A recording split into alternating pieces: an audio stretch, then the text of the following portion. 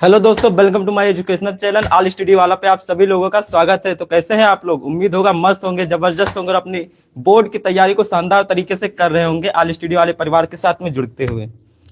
जैसे कि हम लोगों ने क्या कोटि के बारे में पढ़ लिए थे, अब उसी के आगे हमें क्या पढ़ना है? आणविकता के बारे में पढ़ना है। आणविकता किसे कहते हैं, ठीक है। उसके बाद में हम क्या क्या पढ़ेंगे? आणविकता और कोटि में अंतर पढ़ेंगे और उसके बाद में शून्य कोटि की अपक्रिया के विषय में पढ़ेंगे। ये क्या ले ली आवता से पहले पढ़ने आणविकता को पढ़ने से पहले हम प्रथम कोटि की अभिक्रिया और जटिल अभिक्रिया के विषय में पढ़ेंगे।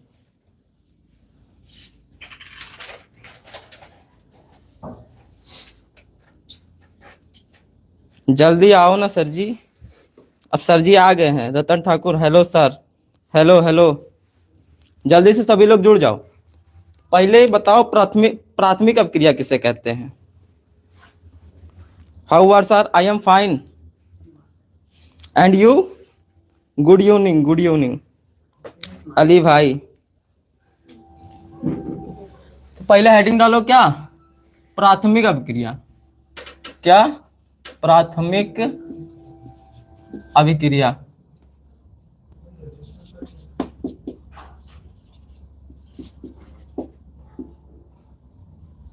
अभिक्रिया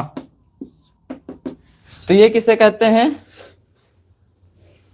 वह अभिक्रिया जो एक पद में संपन्न होती हैं उसे प्राथमिक अभिक्रिया कहते हैं, ठीक है। या फिर उसे एक पदीय अभिक्रिया कहते हैं, सरल अभिक्रिया कहते हैं, कुछ भी कह सकते हैं। तो इसमें लिखो वह अभिक्रिया, वह अभिक्रिया जो एक पद में संपन्न होती है,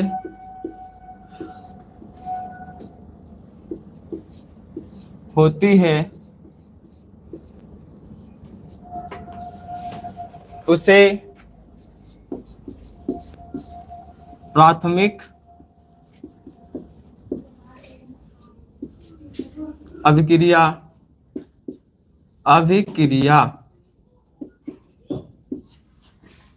या फिर एक पदीय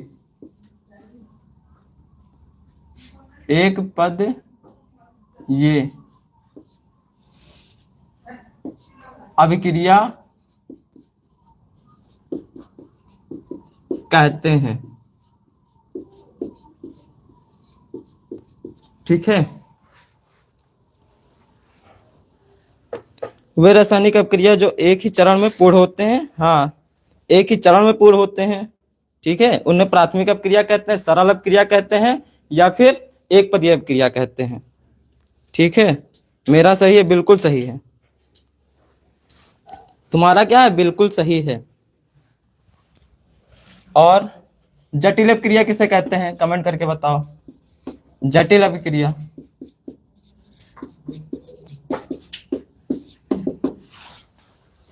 जटिल अभिक्रिया किसे कहते हैं? बताओ कमेंट करके। अली भाई, रतन ठाकुर, कमेंट करके जल्दी से बताओ जटिल अभिक्रिया किसे कहते हैं। जितने लोग जुड़े हैं कृपया सब लोग लाइक कर दें और जो लोग नए हैं वो लोग सब्सक्राइब कर दें।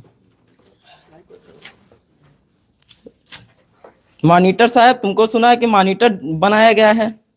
Good evening sir, good evening Taufiq Khan. तो जटिल अभिक्रिया किसे कहते हैं? वह अभिक्रिया जो एक से अधिक पद में क्या होते हैं? संपन्न होते हैं, ठीक है। जो अभिक्रिया एक से अधिक पद में संपन्न होते हैं उन्हें क्या कहते हैं? उन्हें जटिल अभिक्रिया कहते हैं, ठीक है। अब इसके बाद में वह अभिक्रिया जो रासायनिक अभिक्रिया होती हैं जो एक ही चरण में पूरी नहीं होती हैं बल्कि दो या दो से अधिक प्राथमिक अभिक्रियाओं की एक श्रृंखला के रूप में संपन्न होती हैं। ठीक है, ठीक है। वह अभिक्रिया जो एक से अधिक पद में संपन्न होती है उन्हें क्या कहते हैं? जटिल अभिक्रिया कहते हैं। अब हेडिंग डालो, आणविकता किसे कहते हैं। ठीक है, ये जो तो दोनों बात समझ में आ गई तो आणविकता हमें आसानी से समझ में आ जाएगी। आणविकता किसे कहते हैं? हेडिंग डालो, आणविकता।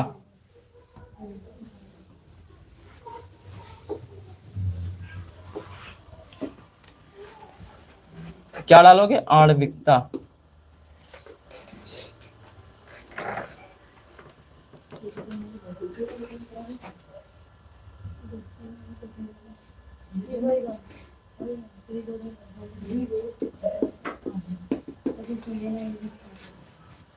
तो लिखो अभिक्रिया में, क्या लिखोगे? अभिक्रिया में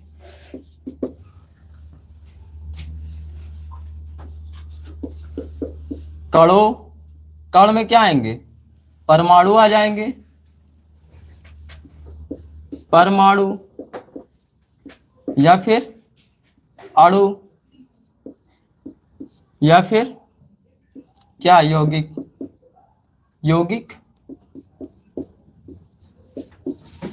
कणों के, कणों की टक्करों की संख्या को क्या कहते हैं? आणविकता कहते हैं। आणविकता कहते हैं। ठीक है, आणविकता, आणविकता सिर्फ किसमें? प्राथमिक अभिक्रिया का ज्ञात किया जा सकता है। ठीक है, जटिल अभिक्रिया के लिए क्या करेंगे? Sangeeta Yadav, good evening sir, good evening. कैसे हो सर? मस्त हूँ। ठीक है सर, मैं सो गया। अच्छा ठीक है, आप तो उठ गए। ठीक है, आणविकता सिर्फ कौन सी प्राथमिक अभिक्रिया के लिए क्या किया जा सकता है? ज्ञात किया जा सकता है। जटिल अभिक्रिया के लिए क्या करेंगे? जटिल अभिक्रिया के लिए,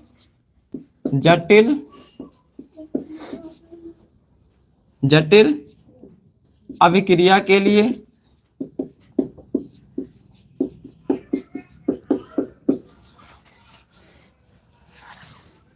पहले हम अभिक्रिया को क्या करेंगे? पहले हम अभिक्रिया को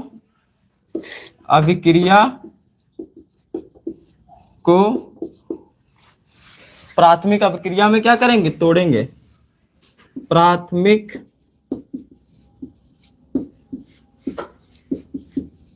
अभिक्रिया में तोड़ते हैं, फिर क्या निकालते हैं? आणविकता ज्ञात करते हैं। आणविकता ज्ञात करते हैं। ये बात समझ में आई? ये बात समझ में आई? अब सर इसका एग्जाम्पल बता दीजिए।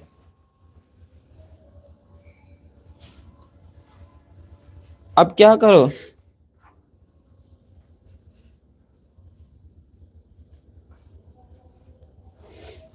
अब क्या बता दो इसका? सर एग्जाम्पल बता दो। लिखो इसका एग्जाम्पल। क्या लिखो? एग्जाम्पल। कोई अभिक्रिया ए और बी है, इससे बन रहा है क्या? सी।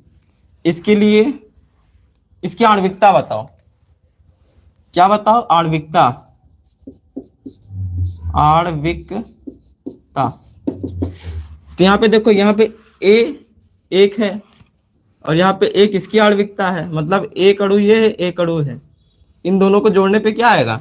1 + 1 = 2, मतलब कि इसकी आणविकता क्या निकल के आई? आणविकता कितना निकल के आई? 2 निकल के आई। ठीक है, इसकी आणविकता कितना निकल के आई? 2 निकल के आई।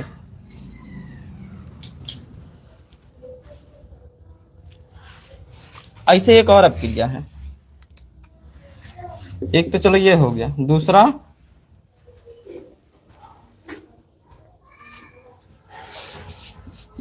NH4 NH2 ये कैसे टूट रहा है? ये टूट रहा है N2 में और NH4OH NH2 NH4NO2 NH4NO2। ठीक है, और किस में टूट रहा है? 2H2O में टूट रहा है। किस में टूट रहा है? 2H2O में टूट रहा है। सर इसकी आणविकता बताओ। इसमें देखो इसकी आणविकता कितनी है, तो इसकी आणविकता निकल के आएगी 1। कितना निकल के आएगी? 8। ठीक है, इसकी आणविकता कितनी निकल के?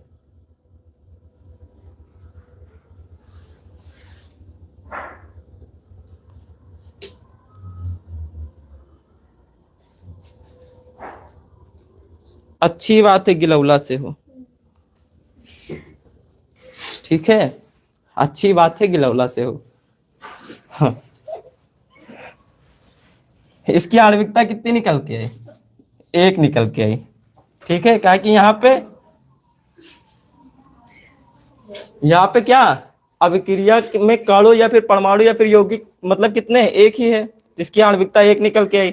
इसकी आणविकता कितनी निकल के? 2 निकल के आई। आणविकता और कोटि अलग अलग होते हैं, आणविकता और कोटि अलग अलग होते हैं। ठीक है, कोटि क्या होती है? कोटि क्या होती है?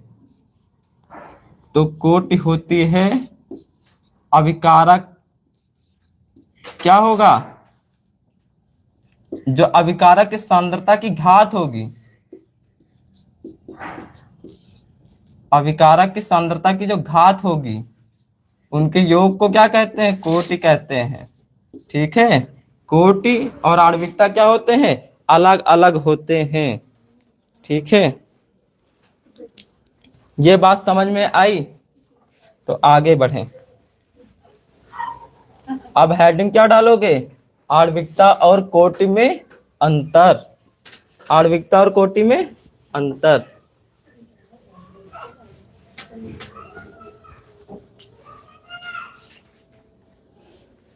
मनीष सर को भेजें। मनीष सर की क्लास 9 बजे से। ठीक है, मनीष सर तुम लोग को 9 बजे मिलेंगे।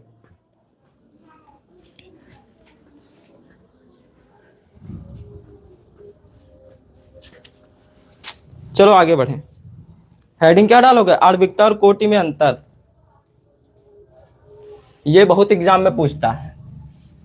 ठीक है, प्रीवियस ईयर का क्वेश्चन उठा के देखोगे तो 4 पेपर में इसे 2 में पक्का मिलेगा। आणविकता और कोटि में अंतर। आणविकता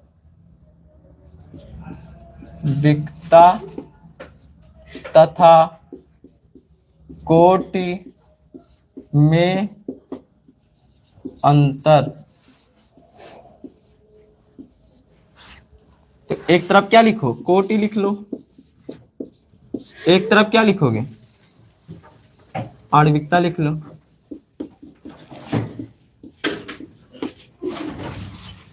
अब पॉइंट बना के अंतर लिख लो।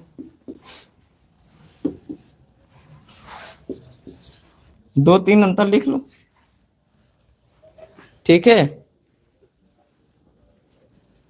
तो कोटि कैसे निकाला जाता है? तो ये बात हम बताए थे, कोटि जो होता है ये एक प्रायोगिक मान होता है। कैसा मान होता है? प्रायोगिक मान होता है। तो यहाँ पे लिख लो, यह प्रयोगों से क्या किया जाता है? ज्ञात किया जाता है। ज्ञात किया जाता है, किया जाता है। ठीक है, आणविकता में क्या लिखोगे? यह एक सैद्धांतिक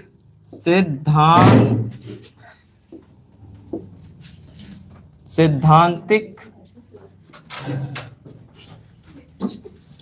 सैद्धांतिक मान है।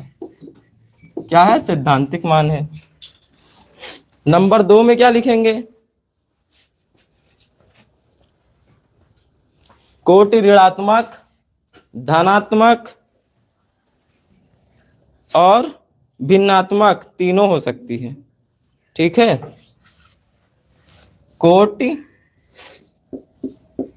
कोटि ऋणात्मक और धनात्मक तो होती है, धनात्मक न लिखो, और क्या? भिन्नात्मक और शून्य भी हो सकती है। कि शून्य कोटि की अभिक्रिया के बारे में क्या समाकलित वेग को पढ़े हैं, तो शून्य कोटि। हेलो सर, नमस्ते नमस्ते नमस्ते।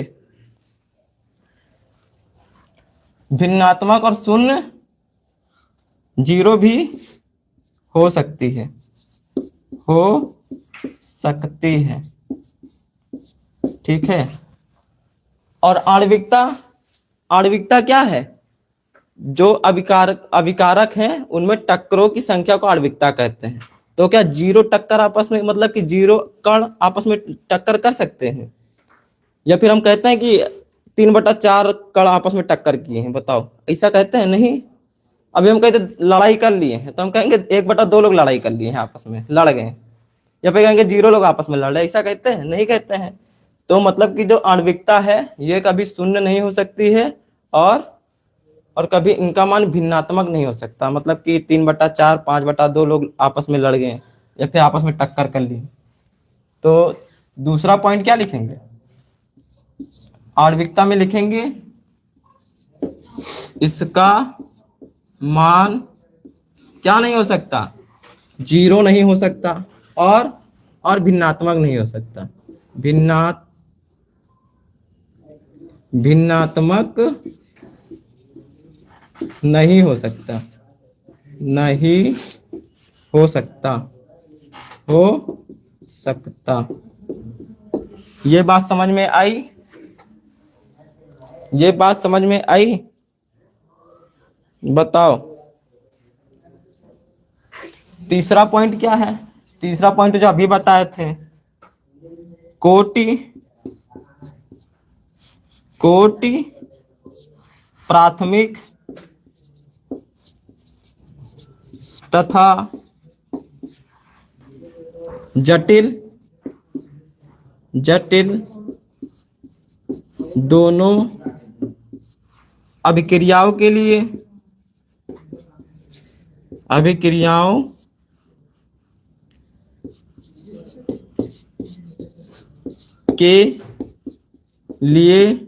क्या कर सकते हैं? ज्ञात कर सकते हैं, ज्ञात कर सकते हैं। लेकिन आणविकता को हम दोनों अभिक्रियाओं के लिए, प्रणाम गुरुजी, प्रणाम, खुश रहो बेटा। अब आणविकता जो है, आणविकता क्या कर सकते हैं? दोनों अभिक्रियाओं के लिए नहीं ज्ञात कर सकते। किस अभिक्रिया के लिए सिर्फ ज्ञात कर सकते हैं? तो सिर्फ प्राथमिक अभिक्रिया के लिए आणविकता ज्ञात कर सकते हैं। जो कोई जटिल अभिक्रिया दी हुई है तो हम उससे पहले क्या करेंगे? उससे प्राथमिक अभिक्रिया में तोड़ेंगे, फिर उसकी आणविकता ज्ञात करेंगे। हाँ, एक बात याद रखना, आणविकता का मान कभी 3 से अधिक नहीं हो सकता। हो सकता होगा, रेयर केस होगा कहीं, लेकिन सामान्यता 3 से अधिक नहीं होता है। ये बात याद रखना। ठीक है, तो आणविकता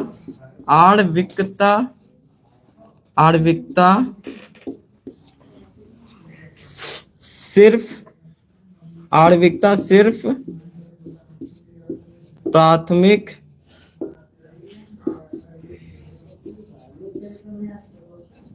अभिक्रिया के लिए ज्ञात कर सकते हैं, ठीक है। समझ में आया ये?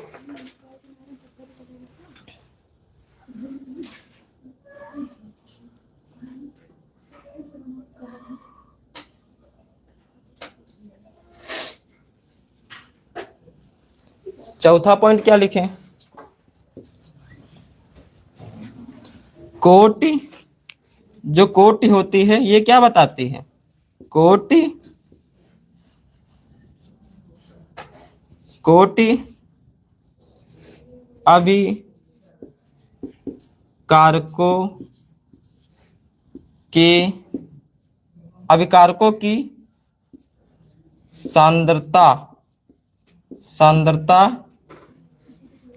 के घातों से संबंधित है। किससे संबंधित है? घातों से संबंधित है, संबंधित है, संबंधित है, संबंधित है। और ये क्या है? ये अभिकारकों के टक्करों की संख्या को बताती है। अभिकारकों के, अभिकारकों में कणों की टक्करों की संख्या को बताती है। क्या लिखोगे? आणविकता, आणविकता अभिकारकों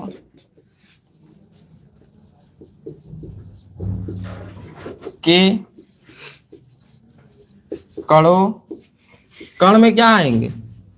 कण में क्या आएंगे? तो परमाणु, और क्या आएंगे? अणु आएंगे,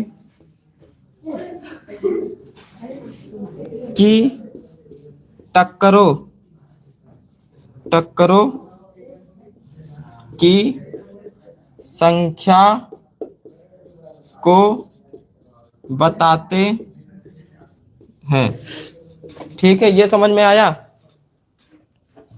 ये समझ में आया? आणविकता और कोटि में अंतर जो एग्जाम में आएगा तो लिख लोगे। ये बहुत बार पूछा गया है, इस चैप्टर का इंपॉर्टेंट टॉपिक है आणविकता और कोटि में अंतर। तो एक बार इसका स्क्रीनशॉट लेना हो तो ले लो। उसके बाद हम शून्य कोटि के नहीं, छद्म एक अणुक अभिक्रिया के बारे में पढ़ेंगे। किसके बारे में पढ़ेंगे? छद्म एक अणुक अभिक्रिया के बारे में। छद्म एक अणु अभिक्रिया किसे कहते हैं? छद्म एक अणुक अभिक्रिया किसे कहते हैं? ठीक है, बताओ तुम लोग, जितने लोग जुड़ो कमेंट करके।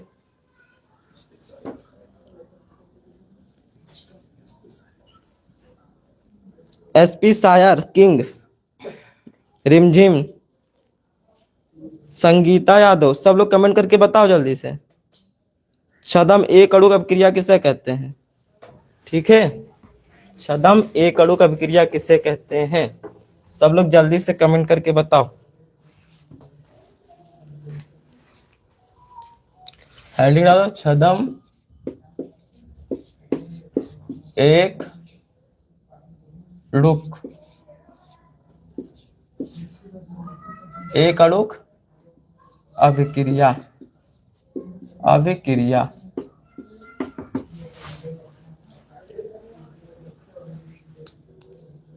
तो वे रासायनिक अभिक्रिया जिनकी कोटि एक हो, वे रासायनिक अभिक्रिया जिनकी कोटि क्या हो? एक हो, परंतु आणविकता एक से अधिक हो, उन्हें क्या कहते हैं? छद्म एक अणुक अभिक्रिया कहते हैं। तो लिख लो, क्या लिखोगे? वे रासायनिक, रासायनिक अभिक्रिया, अभिक्रिया जिनकी, जिनकी क्या हो? कोटि, कोटि क्या हो? एक हो, कोटि एक होती है, होती है, परंतु आणविकता कितनी होती है? आणविकता कितनी होती है? आणविकता कितनी हो? एक से अधिक हो। कितनी हो? एक से अधिक। उसे, उसे क्या कहते हैं? छद्म एक अणुक अभिक्रिया।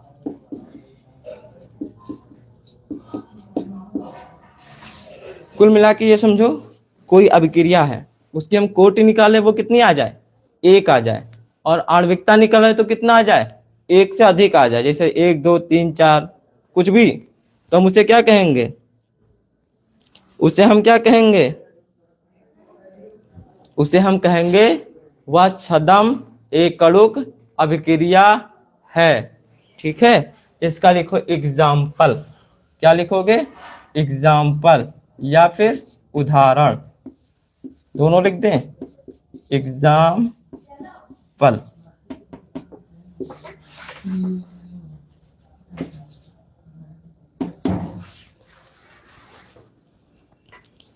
तो हम ग्लूकोज की अभिक्रिया किसका करवा दे? ग्लूकोज नहीं, चीनी का।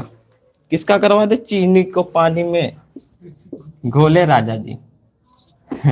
हाँ।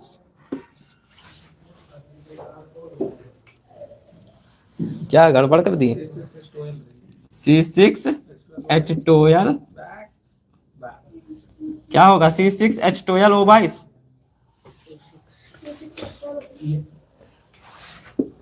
बताओ, तुम लोग कमेंट करके बताओ, हम भूल गए। तुम लोग कमेंट करके बताओ चीनी का सूत्र। चीनी का सूत्र सब लोग गूगल से सर्च करके बताओ जल्दी से।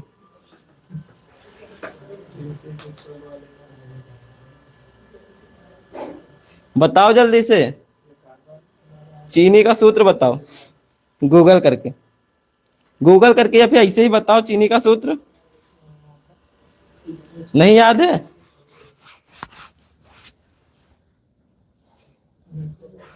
ना बताओ भैया, हमें लिखे C12H22O11। इसे क्या करो? चीनी को, किसे? चीनी को किसमें? पानी में घोले राजा जी। किसमें? पानी में। पानी में मिला दो तो क्या बनेगा? ग्लूकोज और फ्रक्टोज बनेगा। क्या बनेगा? ग्लूकोज और फ्रक्टोज। ऐसा होता सूत्र C6H12O6। C6H12O6 है ना? बढ़िया। दोनों के सिर्फ संरचना में अंतर होता है, सूत्र दोनों का एक ही जैसा होता है। अब इसकी क्या निकालो? आणविकता निकालो। आणविकता में क्या होगा? कणों के बीच टक्कर की संख्या को आणविकता कहते हैं। यहाँ पे एक कण है, यहाँ पे क्या है? एक कण है। दोनों को जोड़ लोगे कितने कण हो जाएंगे? आणविकता कितनी निकल के आएगी इसकी? आणविकता कितना निकल के आया? 2 निकल के आया। कितना निकल के आया? 2 निकल के आया। इसकी सर कोटि कितनी है? इसकी कोटि कितनी है? इसकी कोटि कितनी है बताओ? तुम लोग आपस में बात करो, ठीक है? आपस में बात करो, इधर ध्यान ना दो कि कुछ पढ़ा रहे हैं। इसकी कोटि निकालो। तो कोट, जल की कोई कोटि निकलेगी? जल की सांद्रता की कुछ घात होगी, चाहे 500 ml जल लो या फिर 100 ml जल लो, ठीक है? और इसी के अंदर और पानी मिला के, इसी के अंदर 400 ml पानी और मिला दो, 500 ml पानी हो जाएगा। कितना पानी हो जाएगा? 500 ml पानी हो जाएगा। तो क्या पानी और मिलाने से इसकी सांद्रता पे कोई फर्क पड़ेगा? सांद्रता की घात कुछ बढ़ेगी पानी में? हाँ, कुछ नहीं बढ़ेगा। मतलब कि इसकी घात कितनी हो जाएगी? 0। इसकी सांद्रता की घात कितनी? 0। और इसकी सांद्रता की घात प्रयोगों से पता चला है कितना? 1। तो इसके लिए जो हम कोटि निकालें, पहले R निकाले। R की सांद्रता किस पे निर्भर करेगी? तो इसकी सांद्रता R की, मतलब कि R का वेग किस पे निर्भर करेगा? वेग इसका।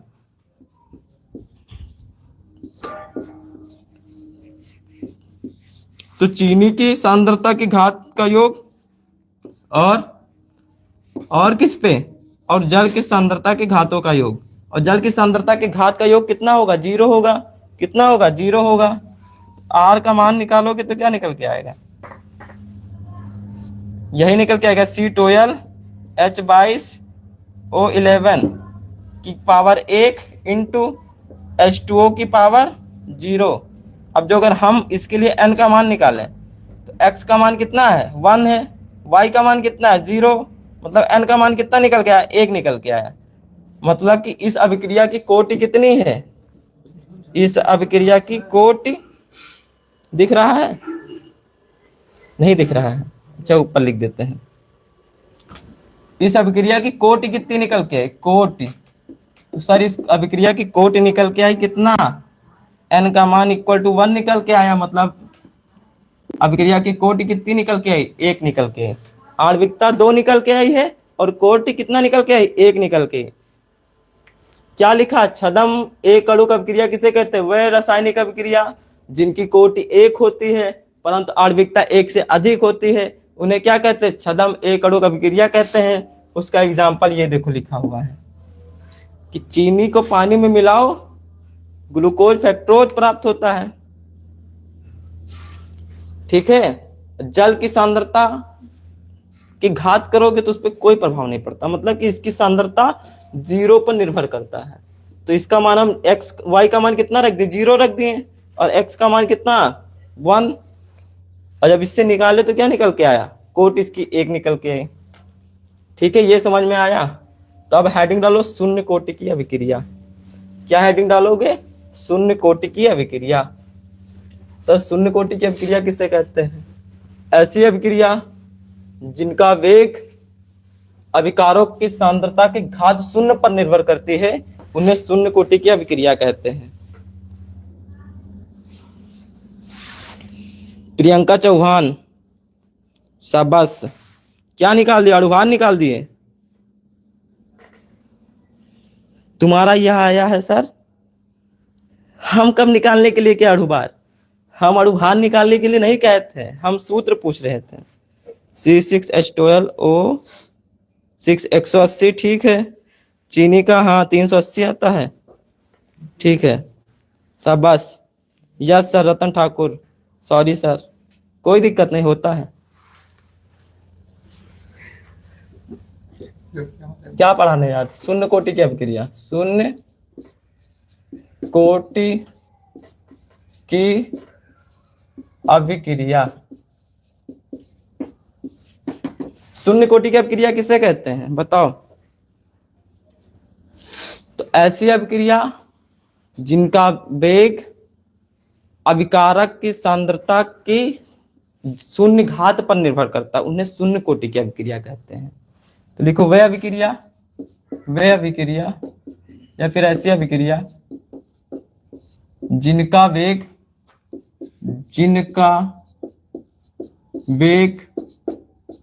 किस पे,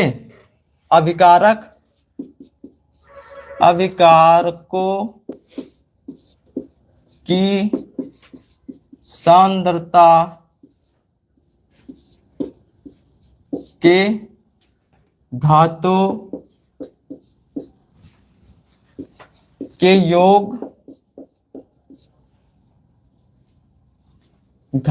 योग, क्या लिखें, घातों के सांद्रता के घातों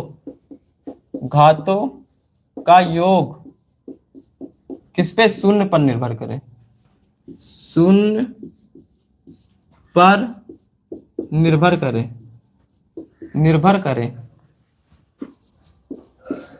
क्या कहलाएगी, शून्य कोटि की अभिक्रिया कहलाएगी। शून्य कोटि की अभिक्रिया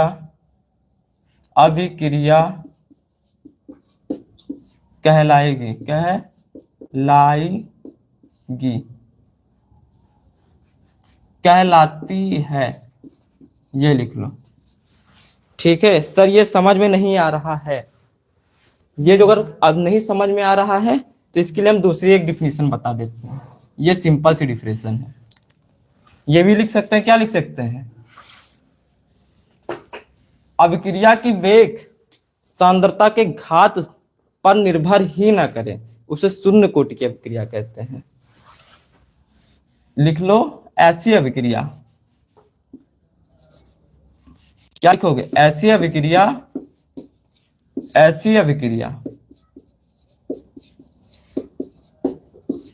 जिनका वेग अभिकारक के सांद्रता पर निर्भर ही न करे, अभिकारक अभिकारक के सांद्रता पर निर्भर ही न करे, निर्भर ही ना करे, ही ना करे, क्या कहलाएगी? शून्य कोटि की कहलाएगी। शून्य कोटि की अभिक्रिया कहलाती है, कहलाती है। ये तो समझ में आया होगा।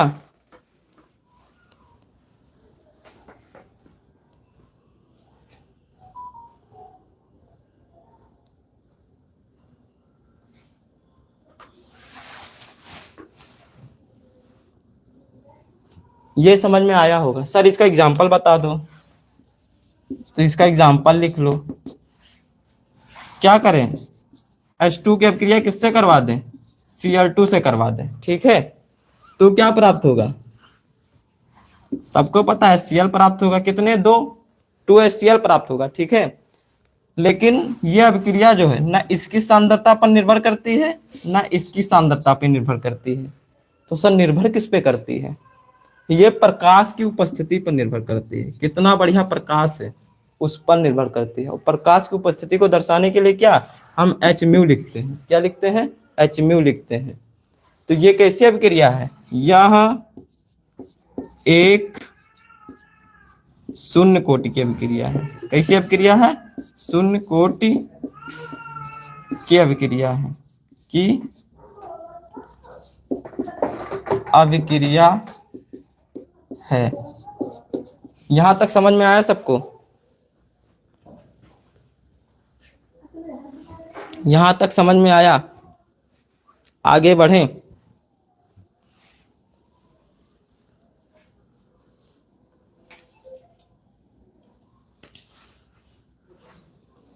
मतलब के लिए इसके लिए R का मान लिखोगे। R इक्वल टू क्या आएगा? K H2 की सांद्रता की घात 0 इंटू Cl2 की सांद्रता की घात 0। ये मान निकल के आएगा अभिक्रिया के वेग के लिए। यहां तक समझ में आया? जी sir, yes sir, okay sir, ठीक है सर, ठीक है, ठीक है। तब अब आगे हेडिंग डालो, शून्य कोटि की अभिक्रिया के लिए क्या? समाकलित वेग समीकरण।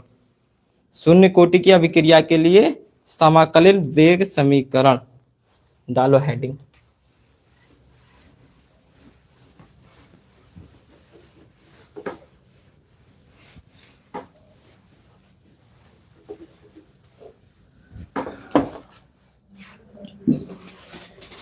शून्य कोटि के अभिक्रिया के लिए समाकलित वेग समीकरण, ठीक है। ये हेडिंग डालो। हेलो सर कौस्तुभ शर्मा, हेलो हेलो। अब इसके लिए पहले क्या करोगे? पहले वेग का फार्मूला लिखो। क्या लिखोगे? वेग का फार्मूला। वेग का फार्मूला पता है क्या होता है? क्या होता है तात्क्षणिक वेग का फार्मूला? भूल गए सब? dr/dt, ठीक है, dr/dt होता है। कैसे हो? मस्त हूं। अपना बताओ, तुम कैसे हो? ठीक है।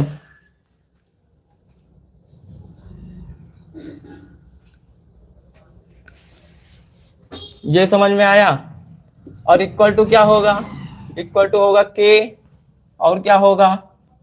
और क्या होगा? के और आर की सांद्रता की घात 0, ठीक है। अब क्या करें? हम इसे इधर लेकर जाएं। इसे हम क्या करें? इधर लेकर जाएं। और जब इसे इधर लेकर जाएंगे तो क्या बन जाएगा? इसे जब हम इधर लेकर जाएंगे तो क्या बन जाएगा? डी आर इक्वल टू, ये माइनस में रहेगा और ये इधर जाएगा तो क्या बन जाएगा, इधर जाएगा तो मल्टीप्लाई हो जाएगा, के डी टी के आर नॉट और क्या हो जाएगा, डी टी हो जाएगा। ठीक है, अब क्या कर दे, अब क्या कर दे, अब इसका जो करना वो करो, इसका क्या करें, समाकलन करें। क्या करें, समाकलन करो भैया। तो क्या लिखेंगे, लिखेंगे माना समय कितने पे, t इक्वल टू 0, कितने पे, t इक्वल टू 0 पर अभी कारक की सांद्रता कितनी है, अभिकारक की सांद्रता कितना है, आर नॉट मान ली, कितना मान लिए, आर नॉट। मतलब कि अभी कितना है, t इक्वल टू 0, मतलब अभी समय स्टार्ट ना हुआ हो, तब अभिक्रिया की सांद्रता कितनी है, आर नॉट है। तथा तथा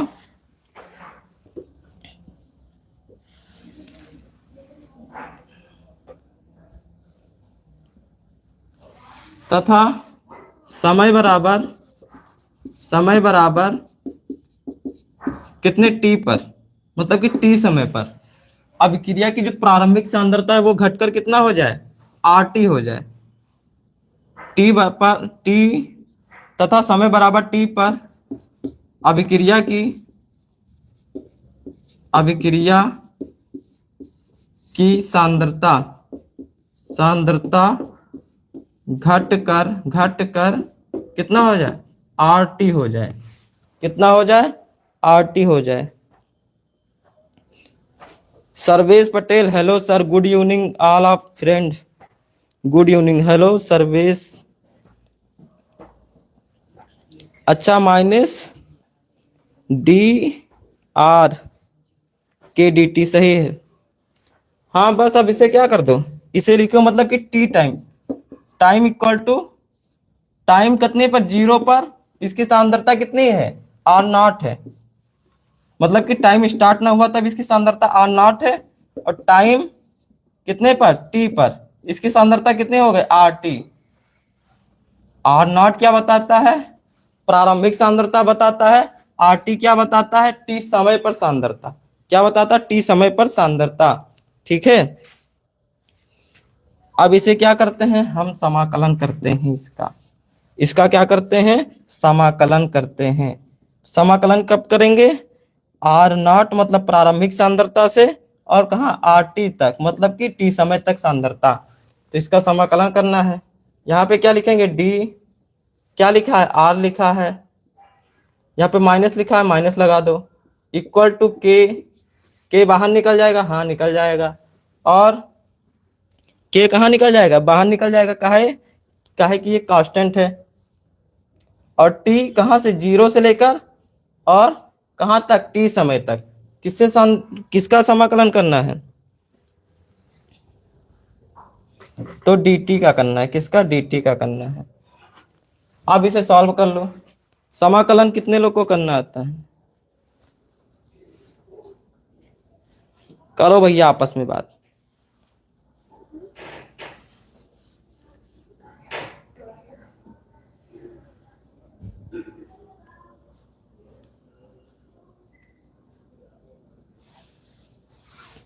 अब इसका क्या कर दो, समाकलन करो। समाकलन कैसे करेंगे, यहाँ पे डी लिखा है, यहाँ पे डी टी लिखा है, क्या हो जाएंगे, गायब हो जाएंगे। समाकलन, ये डी का मतलब क्या, डिफरेंशिएशन है, और डिफरेंशिएशन का उल्टा क्या होता है, इंटीग्रेशन होता है। समाकलन और अवकलन आपस में कट जाएंगे, बचेगा क्या, बचेगा माइनस,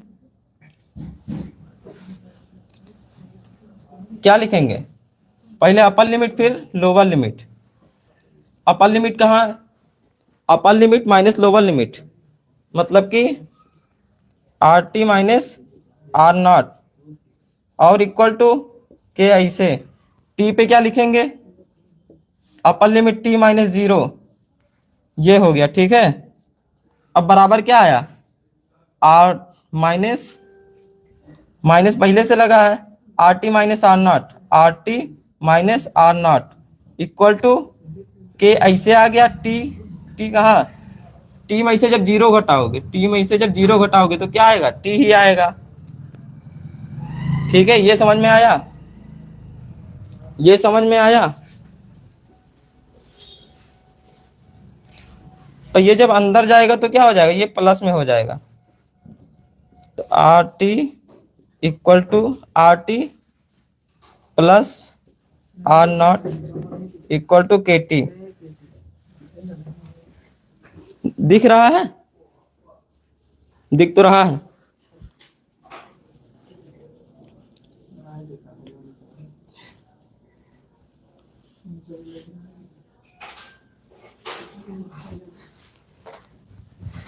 ये नहीं दिख रहा है,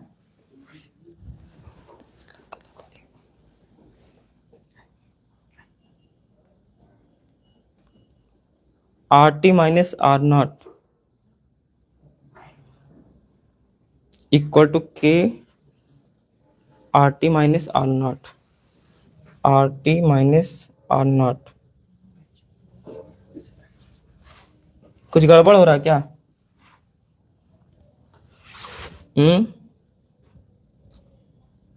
अच्छा, इस माइनस को इधर भेज के तब फिर डिफरेंशिएशन करते हैं। इसे कहाँ करें, इसे इधर भेज दें, इधर भेजेंगे तो क्या आएगा, आर नॉट आर टी। यहाँ पे क्या, ये माइनस को यहाँ से हटा के यहाँ भेज दें तो यहाँ पे क्या हो जाएगा,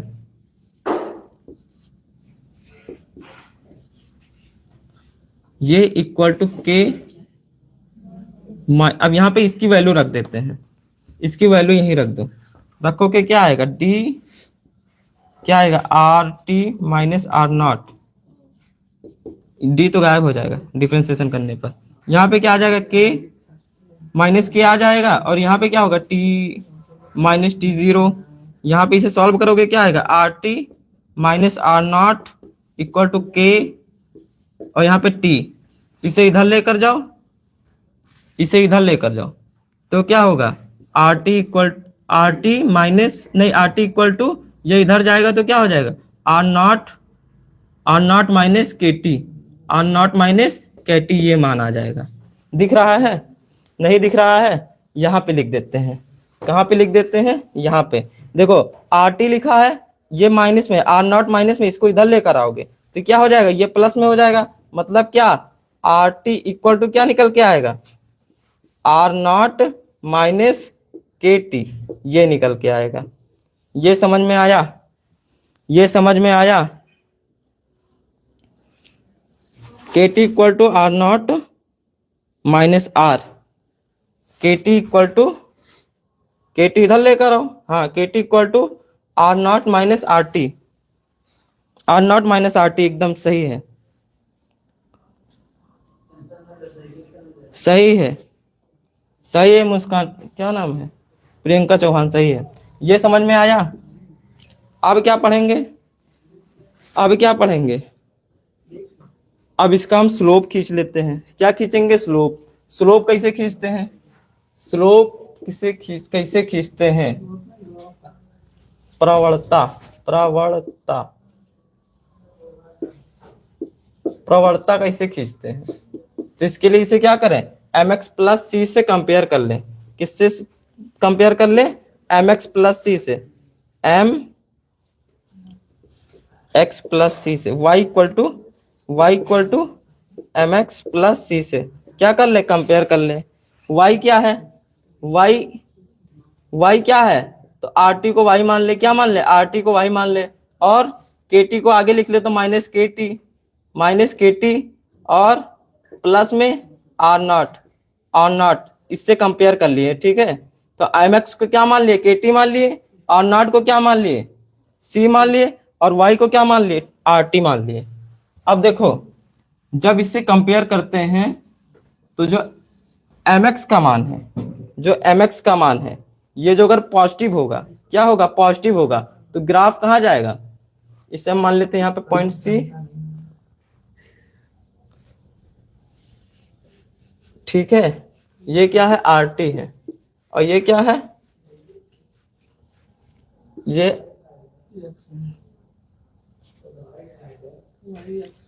आर नॉट मान लेते हैं, ठीक है। और यहाँ पे क्या है, के टी। अब देखो क्या करें, जो अगर यहाँ पे एम एक्स का मान पॉजिटिव होगा तो ग्राफ कहाँ जाएगा, ऊपर जाएगा। लेकिन यहाँ और जो अगर एम एक्स का मान क्या होता है, एम एक्स का मान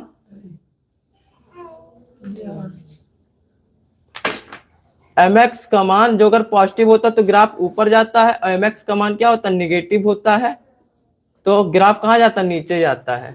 तो यहाँ पे एम एक्स का मान क्या है, निगेटिव है, और जब एम एक्स का मान निगेटिव होगा तो ग्राफ कहाँ जाएगा, नीचे की ओर जाएगा। तो ये ऐसे इसकी जो ग्राफ बनेगी या फिर प्रवणता बनेगी वो ऐसे बनेगा, भा, भाजे तक सूत्र मत लिखो।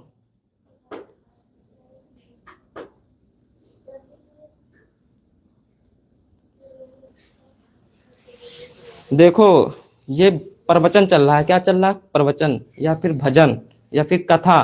तो इसमें ये नहीं देखा जाता कितने बजे तक क्लास चलेगी, जब तक हरि की इच्छा होगी तब तक क्लास चलेगी, ठीक है। क्लास स्टार्ट होने के समय है कि हाँ इतने बजे से स्टार्ट होगा। जैसे प्रवचन या फिर भागवत का एक समय निर्धारित होता है कि कितने बजे से स्टार्ट होगी, ठीक है। और समापन की कोई समय नहीं होती है। हरि अनंत, हरि कथा अनंता, और समय पता नहीं कब तक चलेगा ये भी नहीं पता। जब भगवान की इच्छा हो जाएगी तब समापन हो जाएगा, और जब हरि की इच्छा नहीं होगी तो ऐसे क्लास चलती रहेगी।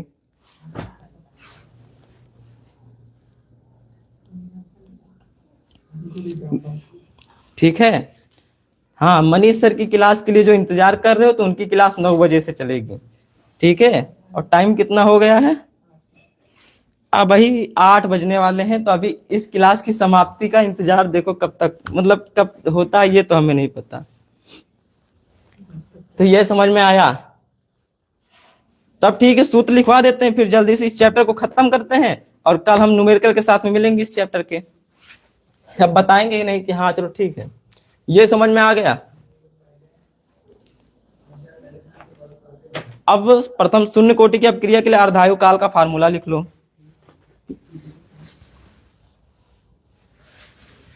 शून्य कोटि की अपक्रिया के लिए अर्धायु काल का फार्मूला, और जीवन काल का फार्मूला लिख लो।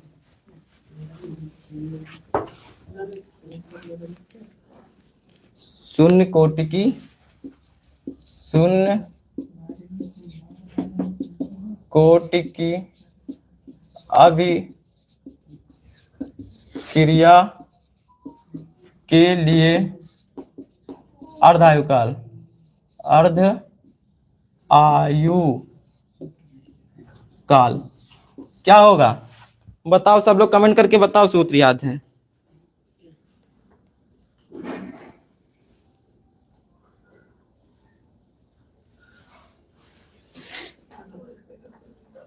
अच्छा तुम लैपटॉप में पढ़ रहे हो, अच्छी बात है, ठीक है। बताओ कमेंट करके बताओ, सूत्र पता है तो। शून्य कोटि की अपक्रिया के लिए अर्धायु काल का सूत्र बताओ।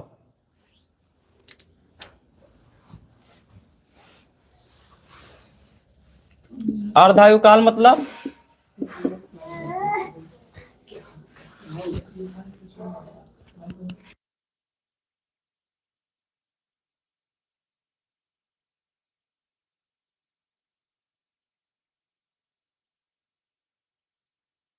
पढ़ाया जाता है।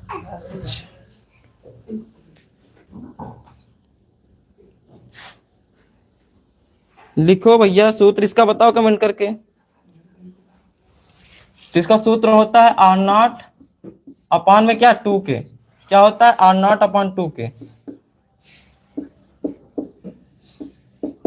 1 अपॉन क्या, टी हाफ का मतलब क्या है, अर्धायु काल, क्या है अर्धायु काल, अर्ध वायु आयु काल, आयु काल।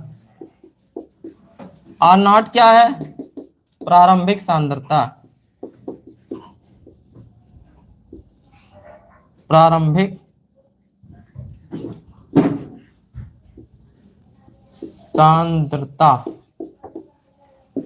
के क्या है, के क्या है, के क्या है, वेग स्थिरांक, स्थिरांक, ठीक है। जीवन काल, शून्य कोटि की अपक्रिया के लिए क्या, जीवन काल, जीवन काल। जीवन काल का फार्मूला क्या होगा, बस यही होगा, क्या होगा, T L T, life time, क्या होगा, आर नॉट अपान में क्या, के, आर नॉट अपान में क्या, के, ठीक है, सही है। अब देखो एक चीज देखो, इसमें जो हम कंपेयर करें, क्या करें कंपेयर, तो ये जो है ये मतलब कि प्रारंभिक सांद्रता जो है इसे समीकरण 1 मान लेते हैं, ठीक है, और इसे समीकरण क्या मान लेते हैं, 2 मान लेते हैं। अब इनसे दोनों को कंपेयर करें, मतलब कि आर एल टी अपान में टी हाफ इक्वल टू, दोनों को कंपेयर करें तो क्या होगा, आर नॉट अपान में क्या, के, और इसके अपान में क्या होगा, आर नॉट अपान में 2 के। इससे ये कट गया, इससे ये कट गया, इक्वल टू क्या निकल के आया, 1/2 निकल के आया। 1/2 निकल के आया, मतलब कि इससे हम कहाँ लेकर जाए, और ये जो है ये ऊपर जाएगा तो कहाँ क्या बन जाएगा, 2 बन जाएगा, ये ऊपर जाएगा तो क्या बन जाएगा, 2 बन जाएगा। अब मतलब कि लाइफ टाइम निकालें तो ये किसके बराबर होगा, इसको इधर लेकर जाएंगे तो क्या हो जाएगा, इधर जाके मल्टीप्लाई हो जाएगा, मतलब 2t अपॉन टी हाफ के बराबर हो जाएगा। इससे क्या पता चला, इससे ये पता चला कि जो लाइफ टाइम होता है वो अर्धायु काल के कितना होता है, 2 गुना होता है।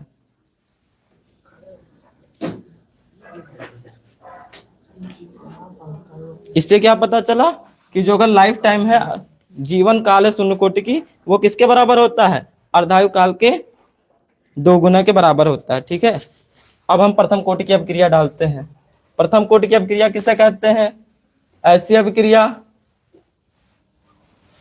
अब तुम लोग को तो सब पता ही है, तब क्या बताएं।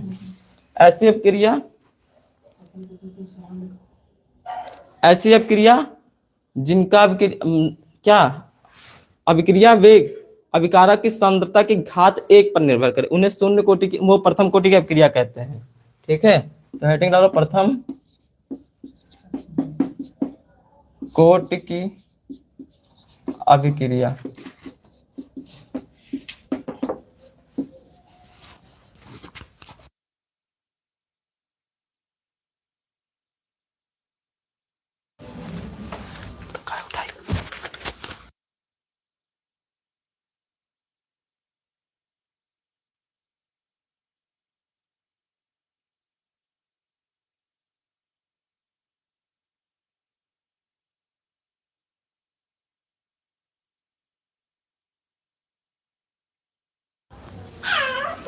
शून्य कोटि की अभिक्रिया, वो प्रथम कोटि की अभिक्रिया के लिए सूत्र, अर्धायु काल का सूत्र लिखो।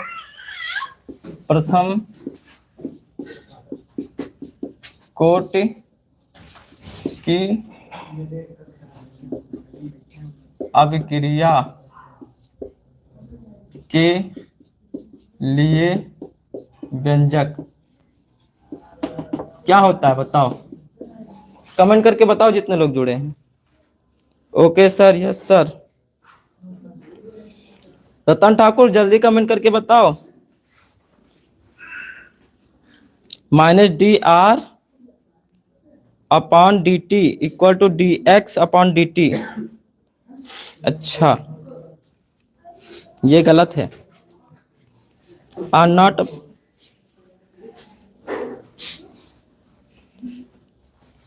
तो लिख लो इसका,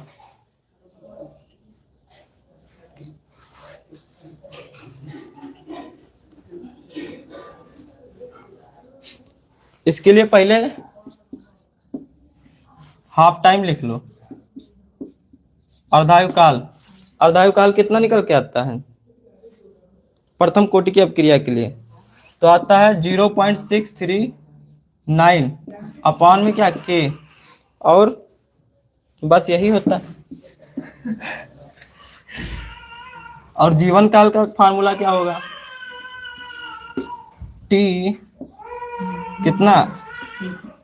लाइफ टाइम। Life time. इसके लिए लाइफ टाइम का फार्मूला क्या होता है बताओ?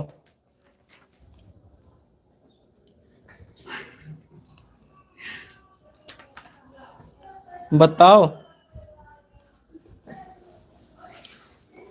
तो इसका फार्मूला होता है,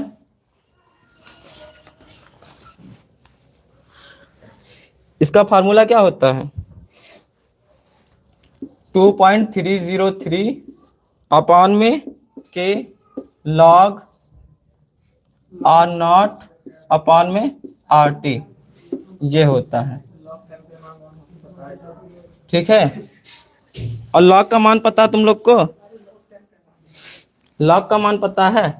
लॉग, कुछ लॉग के मान याद कर लो। लॉग 10 का मान कितना होता है? 1 होता है। लॉग 2 का मान कितना होता है? लॉग 2 का मान कितना होता है? तो इसे याद कर लो, 0.3010 ये होता है। ठीक है, ये दोनों याद कर लो। मयंक तोमर, जय श्री कृष्णा सर जी, जय कृष्ण, जय श्री कृष्णा। ठीक है, जो अगर चैनल पे नए हो चैनल को सब्सक्राइब कर लेना। ठीक है मयंक जी, और अपने दोस्तों के पास शेयर कर देना, लाइक कर देना। ये दोनों याद कर लो। ठीक है, अब एक क्वेश्चन कर लेते हैं, उसके बाद में इस सेशन को खत्म करते हैं। कल हम क्या करेंगे, इस पर न्यूमेरिकल बताएंगे जो पढ़े अब तक। मोहब्बत नहीं होती तो गजल कौन लिखता, कीचड़ में पड़े हुए फूल तो फूल को कलम कौन कहता, मोहब्बत तो कुदरत का करिश्मा है साहब, वरना पत्थर की दीवारों पे ताजमहल कौन कहता, पत्थर की दीवारों को ताजमहल कौन कहता। वाह वाह। लॉग का मान 1। ठीक है भैया।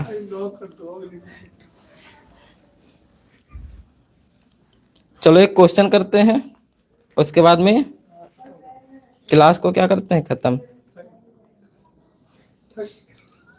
फिर कल हम लोग न्यूमेरिकल करेंगे।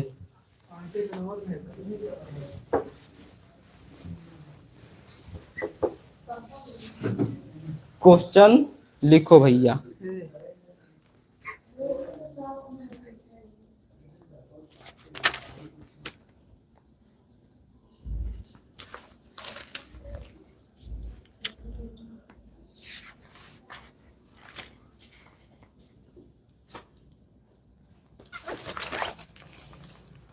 एक प्रथम कोटि की अभिक्रिया है, क्या है?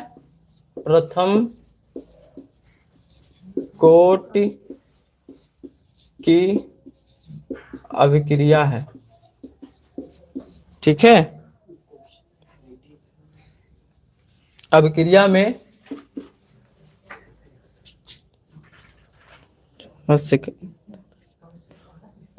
50 सेकंड में क्या है, पदार्थ की सांद्रता प्रारंभिक सांद्रता की आधी हो जाती है। क्या हो जाती है? प्रारंभिक सांद्रता की आधी हो जाती है, आधी हो जाती है, हो जाती है। तो निकालना क्या है? वेग स्थिरांक याद करो। क्या निकालना? वेग स्थिरांक। वेग स्थिरांक ज्ञात करो, ज्ञात करो। निकाल के बताओ कैसे निकालेंगे वेग स्थिरांक। वेग स्थिरांक निकाल के बताओ कैसे निकालेंगे। तो पहले तो प्रथम कोटि की अभिक्रिया के लिए, कोटि क्या है? प्रथम कोटि की अभिक्रिया है, मतलब n का मान कितना? 1। n का मान कितना? 1। एन का मान कितना है 1 का है कि कौन सी अभिक्रिया, प्रथम कोटि की अभिक्रिया है। और क्या पता है, टी का मान पता है, टी का मान कितना है 50 सेकेंड। निकालना क्या है, के का मान निकालना है, के का मान निकालना है। अर्धायुकाल का फार्मूला बताओ।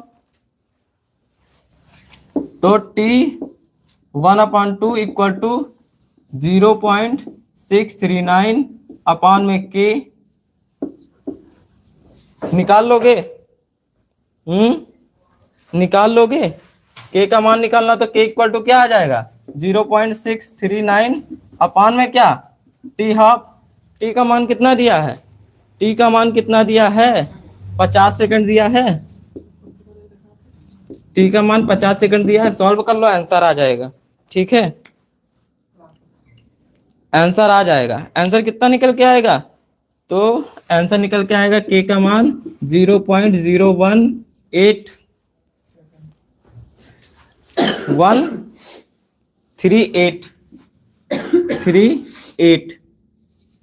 ठीक है। और के का मात्रक प्रथम कोटि की अभिक्रिया के लिए क्या होता है, सेकंड इनवर्स होता है।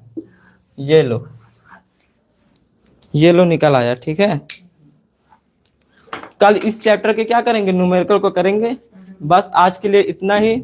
अच्छा, कुछ लोग टाइम टेबल पूछ रहे थे, तो टाइम टेबल बता दें। 5 बजे से, अच्छा ऊपर लिख देते हैं, सब लोग नोट कर लो। सुबह 4 बजे बायोलॉजी की क्लास चलती है। क्या चलती है? अच्छा, सुबह 4 बजे। ये कितना ये हमें पता नहीं इनकी क्लास कितने बजे चलती है, मनीष सर की, जो भौतिक विज्ञान की चलाते हैं, भौतिक विज्ञान की क्लास। वो जब सो के उठ जाते हैं तभी से चालू कर देते हैं। तो इनका 3:30 बजे, वो 4:30 बजे से रख देते हैं। कितने बजे से? 4:30 बजे से। लेकिन जो इंग्लिश पढ़ाते हैं सर, मनीष सर, दोनों का नाम मनीष सर है। ठीक है, फिजिक्स की क्लास। हाँ, और जो इंग्लिश पढ़ाते हैं वो 5 बजे से पढ़ाते हैं। कितने बजे से? 5 बजे से। कौन सा सब्जेक्ट? इंग्लिश। कौन सर पढ़ाते हैं? Manish sir. Manish sir second. कौन से? सेकंड वाले मनीष सर। ये याद रखना। ठीक है, और हमारी जो क्लास चलती है वो 7 बजे से। 7 बजे से क्या पढ़ाते हैं? केमिस्ट्री।